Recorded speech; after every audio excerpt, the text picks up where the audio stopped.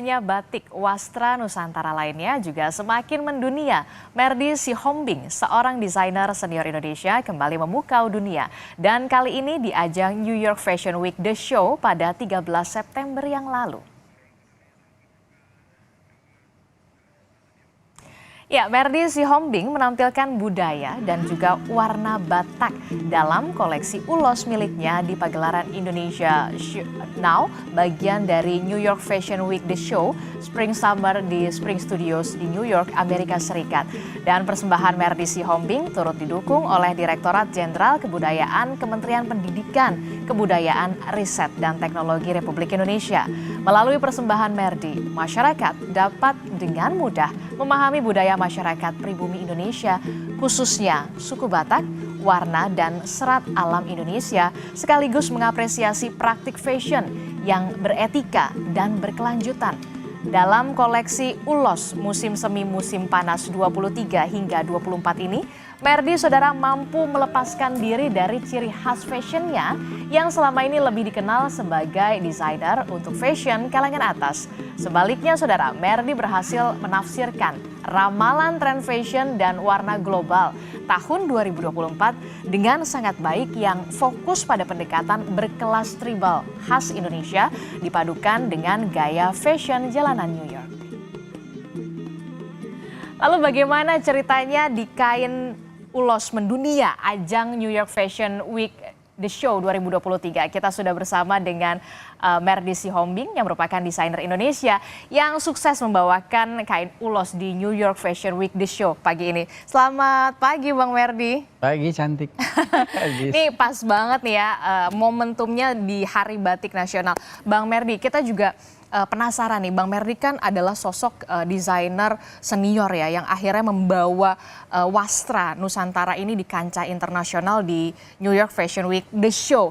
Nah, ini step by stepnya seperti apa sampai akhirnya berada di posisi itu, Bang Merdi? Jadi awalnya itu saya dihubungin oleh Indonesia NDC KBRI melalui Ibu Ayu Hendy-Rosan. Terus kemudian dipertemukan dengan agent kita ya, yang untuk bisa membawa kita ke New York Fashion Week yang The Show, yaitu Indonesia Now. Nah dari situ kemudian diminta portfolio saya, beberapa show-show saya di luar negeri. Karena memang saya punya kalender setahun tuh 2 kali show di luar negeri. Maret kemarin di Melbourne Fashion Festival. Kemudian dikasih, kemudian mereka bilang oke. Lalu kemudian saya dikirimin trend forecasting. Untuk trend forecasting ini untuk acuan karena ini prediksi yang ke depan ini fashion untuk spring summer itu ini panduannya ini. Nah, berdasarkan dari itu kemudian kami membuat mood board koleksi yang akan kami tampilkan. Nah, dari situ kemudian lahirlah sketsa.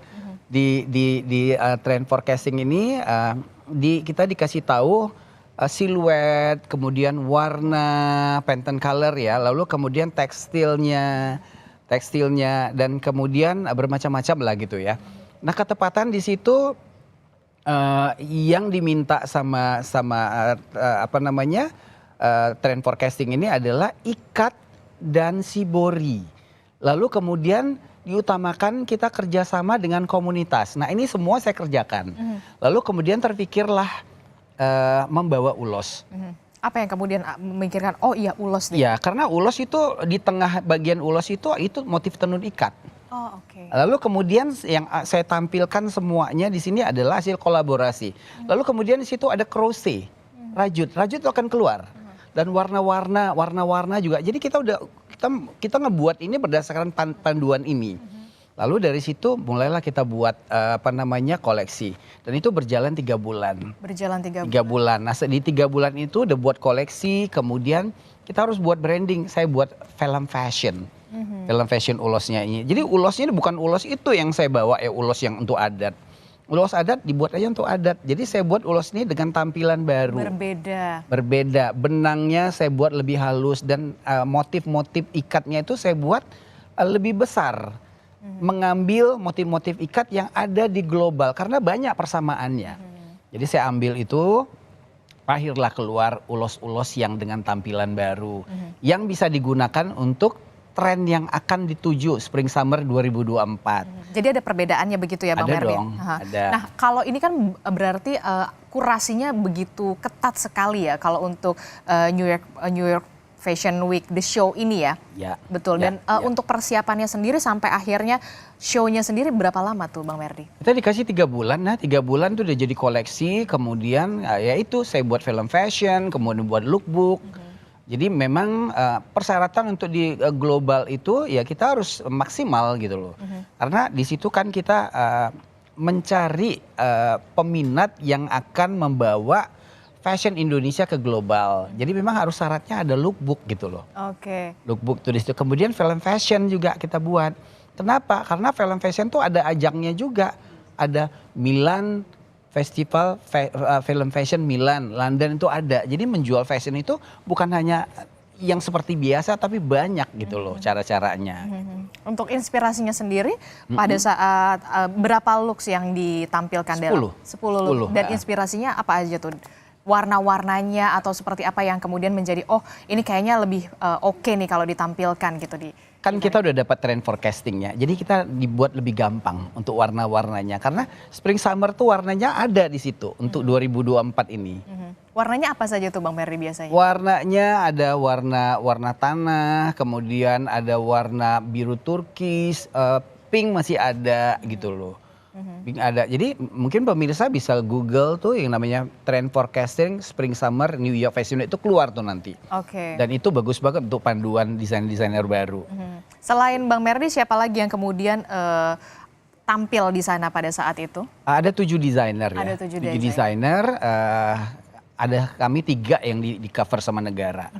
Yaitu saya, kemudian Elegea dan Didit Maulana. Jadi ada 3 desainer yang kemudian didukung oleh pemerintah ya? Ya. Nah kalau untuk tantangannya sendiri apa sih yang kemudian men-challenge Bang Merdi? Ini harus tampilkan yang terbaik gitu, berbeda dibandingkan dengan event-event sebelumnya yang Bang Merdi ikuti. Sebenarnya semua apa event yang saya ikutin, baik ada di Melbourne, ada di London, sama New York ini juga challenge-nya masing-masing ya gitu. Kita pengen tahu dulu, ibaratnya gini loh, kita kan nggak tahu selera New York tuh kayak apa gitu loh. Jadi kita harus belajar dan untungnya semua kan dipermudah dengan teknologi. Betul. Jadi koleksi saya ini bagaimana menggabungkan gaya street style New York. Oh, oke. Jadi itu yang saya tampilkan. Jadi kain-kain tenun yang udah saya buat dengan tampilan baru yang lebih lembut, yang bisa dipakai untuk hari-hari dan saya memang garisnya ready to wear. Ready to wear gitu loh. Nah dari mulai fashion show-nya juga saya melihat kebiasaan orang-orang di New York tuh yang di jalanan, yang jalannya cepet cek. Nah itu saya tampilkan di runway. Oke, jadi itu diadaptasi begitu ya? Betul. Lalu kemudian di sini kan saya kolaborasi dengan beberapa komunitas, seperti komunitas crochet. Lalu kemudian ada dengan sepatu Linda Chandra, kemudian crochet Hook and Go Crochet. Lalu kemudian dengan desainer aksesori. Jadi benar-benar dengan komunitas yang saya iniin. Jadi melalui saya komunitas ini saya bawa juga ke pentas global. Oke, jadi membawa serta mereka juga ya? Iya, betul. Oke. Lalu kemudian ada anyaman purun. Anyaman purun. Oh iya, saya sempat lihat ya yang di sini ada anyaman-anyaman. Iya, anyaman koper kuno klasik ya. Jadi saya bawa semuanya gitu, semuanya. Karena saya pikir gini, inilah momentum memperlihatkan kepada dunia melalui New York Fashion Week kekuatan fashion Indonesia yang berbasis budaya. Karena kekuatan Indonesia itu sebenarnya fashion berbasis budaya. Which is itu adalah di tangan masyarakat adat ataupun indigenous. Dengan gaya tribal. Ini kekuatan Indonesia yang harus kita sadarin gitu loh. Entah di dalamnya ada yang modest, perempuan yang benar-benar menutup tubuhnya. Dan sebenarnya ini kekuatannya ini yang bisa membuat ciri khas kita di pentas fashion global. Untuk antusias di sana sendiri seperti apa? Karena kan ini adalah sesuatu yang bisa dikatakan gebrakan ya dengan bahan yang ready to wear kayak gitu-gitu. Dan bahkan tadi saya sempat pegang bahan yang abang pakai itu, ya kan itu beda sekali, halus sekali. Ya, jadi mereka ini surprise banget karena mereka bilang, oh this is the traditional cloth. Ya, Dan selama ini mungkin orang tuh nggak nyangka bahwasanya kain-kain tenun atau wastra itu bisa dibuat lebih lembut dan lebih halus untuk kepentingan season. Nah banyak ya akhirnya berpikir ya udah nggak bisa dibuat itu kita print aja gitu loh. Nah saya tuh nggak melakukan itu. Jadi benar-benar ganti apa namanya benangnya terus alat tenunnya gitu. Tapi masih touch-nya masih benar-benar tradisional. Dan itu butuh ketelitian pastinya ya. Harus punya ilmu sendiri gitu karena saya selain fashion designer saya kan juga tekstil designer gitu loh. Oke, luar biasa sekali ya. Ini bisa dikatakan apa ya, orang-orang beruntung dan juga orang-orang yang terpilih pasti yang ikut di sana ya, yang New York Fashion Week the show pastinya ya. Iya, dan saya sih belajar ya. Belajar kenapa saya harus setahun 2 kali untuk show di panggung-panggung besar internasional gitu loh. Karena saya pikir ini proses pembelajaran supaya saya mengerti fashion global itu seperti apa gitu loh. Oh ternyata Australia itu begini, oh ternyata London begini dengan gayanya masing-masing. Pasarnya beda-beda. Dan pasarnya beda-beda. Dan ternyata saya sadari kekuatan kita apa? Fashion berbasis budaya yang masih dikerjakan oleh masyarakat adat gitu loh. Di sentra-sentra industri yang di pelosok-pelosok itu yang paling penting. Fashion berbasis budaya itu kekuatan kita. Indigenous fashion atau masyarakat adat. Itu kekuatan kita. Oke, dan akhirnya bisa didukung oleh pemerintah itu yang menurut saya apa ya bisa dikatakan wow keren sekali gitu ya. Ya, jadi benar-benar ini pemerintah saat ini peduli dengan kita karena untuk produksi tadi kita disupport sama Kementerian Pendidikan Kebudayaan Riset Teknologi. Lalu kemudian untuk kita bisa tampil di sana, kita disupport oleh Kementerian BUMN melalui Pertamina, PLN, kemudian BNI dan BRI, lalu Indonesia NDC.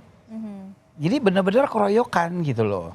Nah untuk tampil di The Show ini kan juga nggak gampang ya. Nggak gampang pastinya. Nggak gampang, ini kita keroyokan ya. Sebenarnya mimpinya sih kalau bisa si desainer Indonesia bisa tampil debut solo. Tapi ternyata tuh nggak gampang. Kita harus display kita di sana selama 2 atau 3 tahun. 2 sampai 3 tahun. Ya kita ada display di sana lah produk-produk kita gitu loh.